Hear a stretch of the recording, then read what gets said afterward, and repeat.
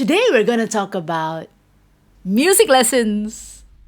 Is it still a thing? Don't know. You're listening to Jom Sembang, Malaysia. I believe that the first exposure we have to music, or actually music education, right? Okay. Starts with primary 1 in school, where the teacher asks you to buy a white recorder. Oh my gosh. Did that happen remember during that. your time? Yes. It's Was the recorder the first thing?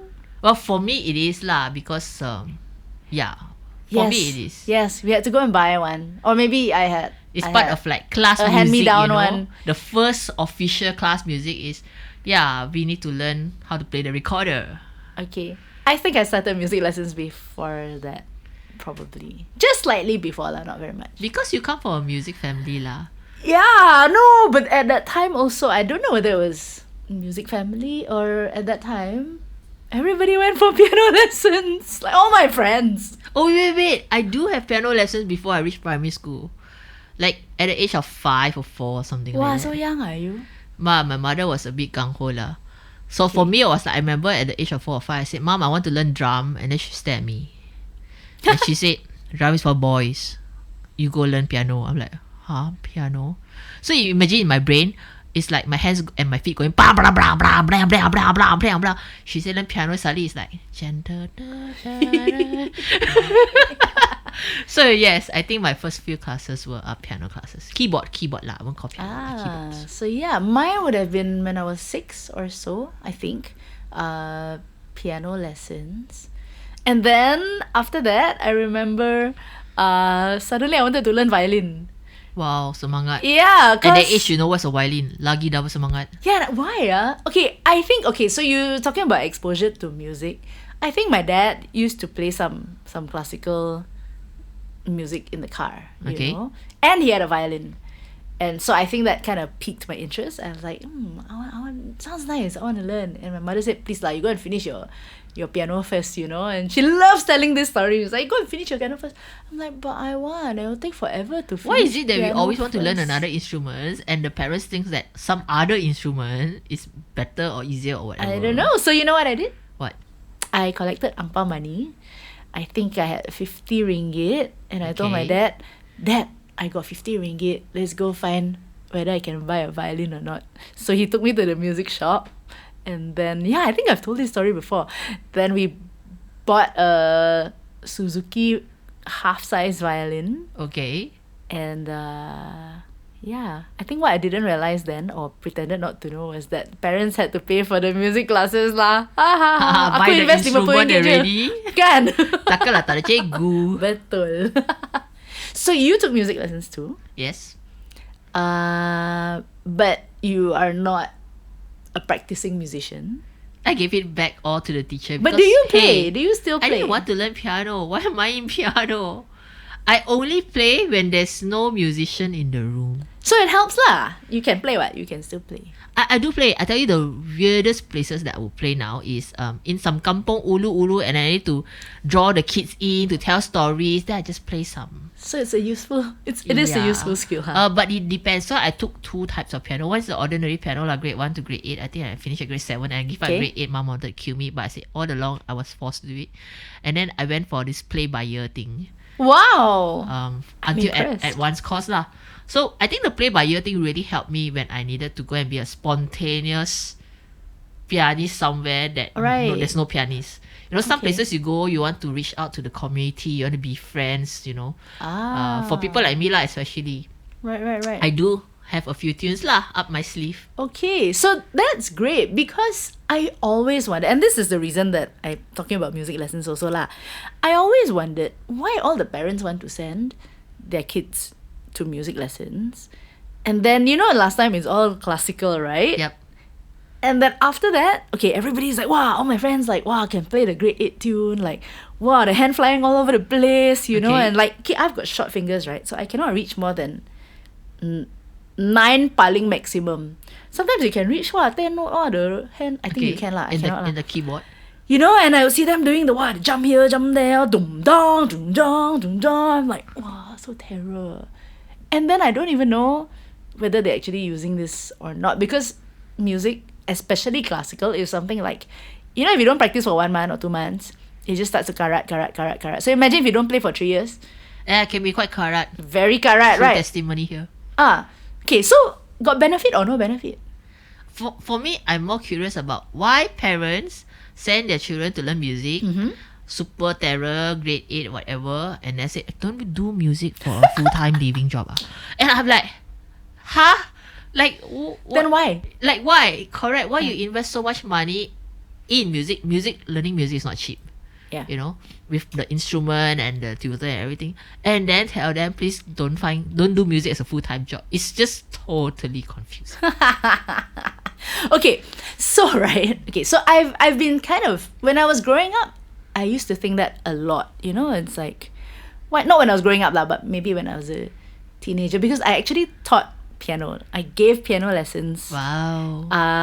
Just when I started my first day job, maybe it didn't pay enough or something. No, yeah, but there were these people who approached me and say, hey, you want to come and teach piano at our music school?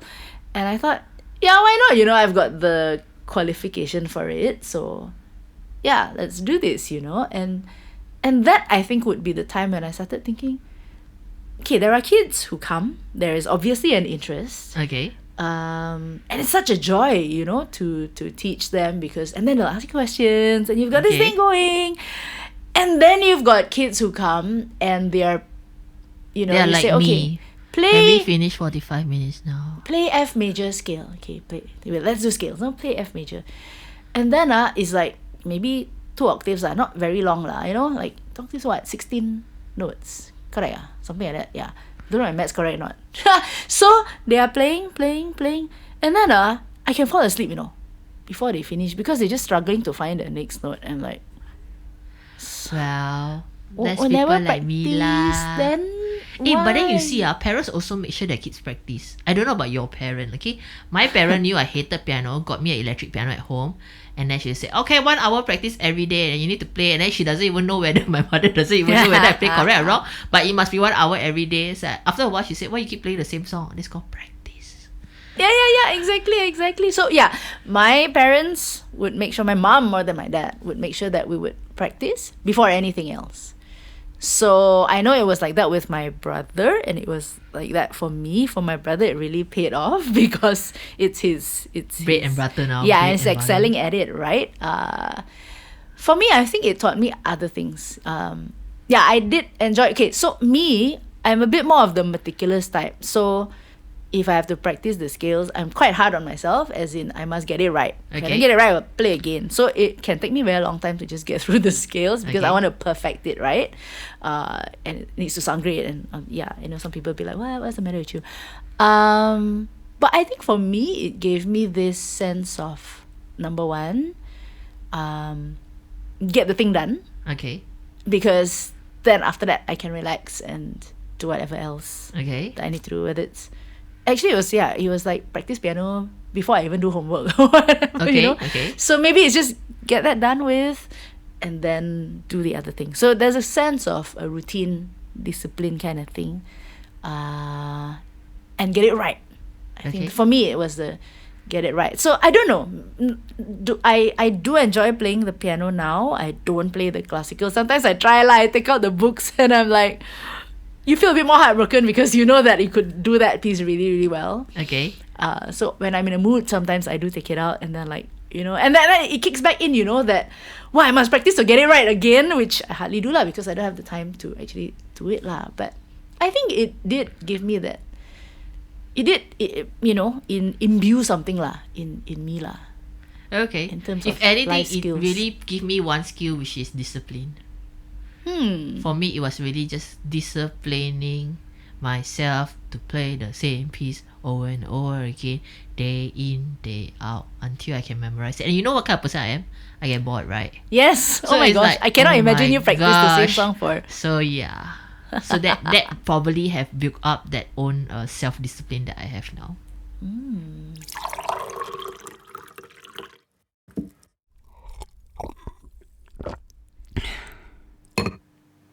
today's episode is brought to you by 440 Records. Now, 440 Records organizes this thing called the Vocal Fest, which was an annual event before COVID, and it's going to be coming back. So what happens is now, if you were the type that had music lessons or singing lessons, or you just like to sing, this is the time that you can come together with other people who like to sing and get coached, so you get a taste of what a music lesson is like if you haven't ever had one.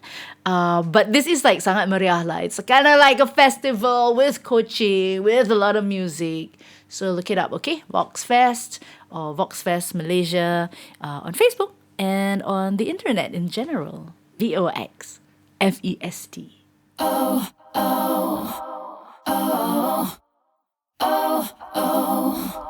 So let me tell you, right, why, I don't know lah. I think I didn't develop a deep interest for keyboard or piano is, number one, I'm not interested in it, right? Okay. Number two, I try to be interested because at the age of 5, 6, 7, you can play do, re, mi, fa, so it's quite impressive, Mm-hmm. And I had one-to-one classes. It wasn't like a one. Nowadays, the children normally exposed to 1 and then 10 people playing keyboard at the same time. Right. Alright, so I had one-to-one coach and stuff like that. But I remember my first teacher was a violinist. She was teaching me grade 1 piano, but she plays violin professionally. Oh, wow. Okay, so she would teach and teach. She said your fingers must like this, like this, like this, which is totally fine. But it reached a point where I think I was grade 3 or 4. She wanted to play the violin while I played the piano. Yeah, that's awesome, right? Okay, and I was like, hello, I'm not really interested in piano, so I can't get it right. But she was more focused on that whole duet thing than me learning piano. That she would actually take a metal ruler and hit my finger if I got it wrong. So for the longest time, I was traumatized. And I would say, how do I love something if all I can remember is the pain? The pain of metal rulers on your knuckles or fingers is like, wow! I don't understand people hitting knuckles. So, okay, so just recently somebody told me that she used to learn ballet. Okay. And if they didn't do the leg work right, the teacher would kick the leg in such a way that it goes right. No, in such a way that I don't know. It's like she didn't explain, but I'm thinking, in ballet, your legs are very precious. Correct. Same as if the piano. exactly. So why go and risk injuring the most crucial part? So I could never understand it. I remember it was a metal ruler, and then I went home and didn't practice for 2-3 days. My mom asked me why. I said, sorry, my finger hurt. And she couldn't understand why. Then I finally tell her, some metal ruler lah, teacher always hit. So she complained. Then the next time I went in, it was a wooden ruler, but it's still a ruler. Okay? So it's quite funny. So I think I bared with the teacher for until grade 4 or 5. Then by grade 6, right, she's very excited. She's more excited than me. Okay, she's like, now you can play longer, interesting pieces that the violin can play even more things, right? Okay. And I was like, man, my nightmare just started. So for the longest time, piano lesson for me is like, I'm paying this person, but she's trying to make me play with her when she's like, don't know, diploma or something like that. But did you have a lot of students, or were you the only one? I think there were quite a few because I'm one-to-one. So her schedule was quite full. It was a one week class kind of thing. Maybe, Gina, maybe you were her prodigy. Yeah, She was right. like, wow, I can groom this girl to be... right. Totally no interest at all. So when I finally stopped at grade 7, I think. Grade 7, right, I was old enough to tell my parents no is no. Before At that, 7. it's like 5, 6 years old, you just have to follow lah, whatever your parents say, right? All the way to grade 7 and she stops. Guess what? I What? stopped my violin at grade 7 also. So I remember I stopped and then I don't know who was more sad or devastated. Because like, the teacher was like, what? Grade 8? And my mom was like, I think you're supposed to finish grade 8. I said, I don't know, I'm stopping. And then after that was when mom sent me to this play by ear. That time was very popular. Play by ear, US kind of thing. So I started from basic, which is totally quite easy lah. By then, right, my sister joined me. My mom forced both of us, right? So her basic is really first time playing piano, play by ear basic. Mine is like play by ear. I really know all the notes, so it really helped me to play by ear very well. And I really enjoyed that more than the rigid syllabus. So I'm not sure whether it's the teacher or the rigidness or both. But yeah, some music lessons are like hell. But then your foundation in the classical piano, I suppose, helped you to Play by ear play better. by ear because you have a better foundation of all the finger work and everything. It's already, you know how to move lah, the fingers. Correct lah, right? You after know all the what it hitting lah. sounds. Okay, I had a marvelous teacher. Wow. So you got teachers from hell and then you got teachers from heaven. So my teacher was in this, Mrs. Chan was her name. She was in Bangsa. And I think I used to be quite intrigued because I go for a class, right? But she will talk first. Okay. Talk about life, talk about... So you Stop. gonna preach. No. It wasn't preaching. It was just, oh, how have you been? I don't know, like icebreaker or what lah. So, Okay. okay, me being me, right? I actually just want to get to the piano and just play, right? Okay. But then after that, I think it was more of that establishing that relationship. Is not just, get to the work and play. And so I think she was trying to inculcate that, hey, music and life. I don't know. It wasn't really like she set out to say that all that lah. But later on, I found out that she actually gave a lot of care in like the pieces that I would play, because later on I met the person who supplied books to her, and she would actually tell about this. So I've got this student named Juita, and then it's like, she then oh yeah, this would be good. Sembang, And yeah, so I was like, why the teacher tell this? Like, because I met this person, I was like, how did you know that she was my piano teacher? Because she used to tell me about their classes, and I'm like, wow. Then you really feel like quite special, quite loved, So I remember that with very, very, what do you say, warm feelings lah. She's passed on already, but I think to me she was more than a music teacher. It wasn't like I confided a lot in her, but yeah, I think it's like helped me to enjoy the process, I think that's very And- crucial when it comes to learning something. We need to Yeah. enjoy it, and the person who teach has to treat it more than just a lesson. Yeah, and then she would push me to do more things. Like I finished really grade 8. She's like, hey, now you can do the certificate in performance or whatever, or the diploma. I think you can. I said, but I don't know whether I want to teach them. I'll just do first. Okay, of course it's also she's selling her product, right? Because she's a Correct, teacher, correct. right? So the longer but it didn't feel like it, like it always felt like it was. Inspiration. Yes, thing. it always felt like an inspirational thing. So Mrs. Chan, yeah, thank you very much. I kind of get that, because when my new teacher, the play by ear one, she knew that I had a bit of basic, right? So I think after basic class 1, basic class 2, then you're supposed to be intermediate or something. She would actually stop and ask me like, oh, what kind of songs or music you want to play? And I was like, wow, I get to choose songs. Yeah. It doesn't happen with my normal piano, whatever, right? So that time, I grew up listening to a lot of oldies. Because my parents are, my mom especially, is those who the first thing you do in the morning, she'll play some oldies collection, and then it will play. So I can actually remember melodies and lyrics and stuff like that. So I said, well, maybe start with something like that. Then at least when I practice, mom hear something familiar lah. Okay. So what the teacher did was, okay, let's randomly pick a oldie song. So she picked one oldies and then she play. And she said, now you listen. Okay, now you play. And I find that whole process of, hey, listen and try to play it out without looking at some notes or whatever, makes that whole learning process much more interesting Yeah. than something that's so formatted. So after that, I remember right until advanced 2 or something like that, every time I learn something during the course, it's like, okay, what song you want to learn this month? That's nice. And then nice. she will, and the same song, she'll say, okay, now you play simple, okay, now you make complicate it, have more chords in between and stuff like that. And after that, okay, now try to play a rock style. And I'm like, I'm just a piano, like, got sound care already. So she, how to say, learning that one song in different ways really make the whole learning process so much more interesting lah. So I think it's really looking at what the student is interested in and what make them excited. That's when true. you teach. Otherwise, you just have this student like me in the beginning of the first 7th grade, like, yeah, press C, press D, C chord, okay, like totally no emotional attachment. But it can go either way lah, So in your case, it was the teacher who was initiating it. So I remember back then when I was teaching, there was a 7, 8, 9, 10 years old girl, right? And she actually asked. Okay. She said, "Oh, could you also help me to play, not play by ear, but help me to play chords like pop?" Okay. And she had a reason for it. She wanted to play, at gatherings, at family gatherings and things like that.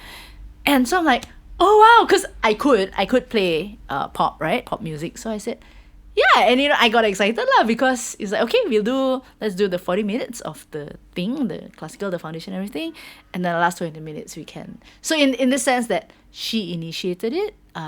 So yeah, if you're a student out there, right? If your teacher, of course, sometimes it also depends lah. What is their forte, right? If you're asking them to teach you something they don't know, then of course it's not going to work out. But as a student, I think you can also try lah, initiate, or maybe they can recommend you to somebody. So that episode, right? I've always remembered these two kids, brother and sister, because they would always practice very well and calm. The sister being girls lah, a bit more meticulous than the boy. But then later I found out they took music all the way, as in they're actually doing music now. One is a Full-time musician like that lah.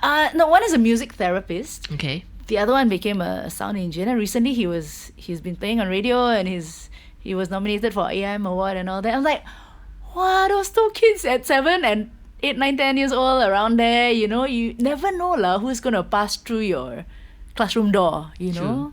But So, I think an effective lesson requires communication lah. A two-way communication, that is the teacher trying to find and understand the student more, and as a Yes. student, of course, need to be open to share what exactly you want to learn lah. right. And then when you know that, how to say that similar ground, Correct. is when you can talk and you can explain and people can understand. It's not some abstract thing. But teachers also have to learn when to let go. So for example, that play by ear course that I had, my sister followed me basic 1, basic 2. By the intermediate, the teacher knows, she also know, this is going nowhere. So they let go lah. They let go together. So I think it's very important to recognize that it's okay if you have tried and this is not for you, Yeah. to let go. Or if you're a teacher, to let the student go. Definitely. Don't And have to hello, please play until grade 8, and the student cry for 8 years or something, I don't know. yeah, so nothing is wasted. I now I understand. Just because somebody studied music, wow, can play so good for those number of years, and then now cannot even play anymore. But there was a benefit lah in The foundation in of it lah. Yeah. And then it's just that understanding of appreciation of music, And I think that knowing really how adds hard to it your... is. And when you listen to something, you can kind of understand what's going on. It's not just noise or white noise. And I think on that note, we shall let our listeners go. Yeah, so that they can go and listen to some music with Yes. fresh new ears. Yes. Jom Sembang Malaysia is hosted by two Malaysian friends who are passionate about Malaysian stuff. Stay tuned every week for a brand new Sembang session with Juwita Suito and Gina Yap Layung.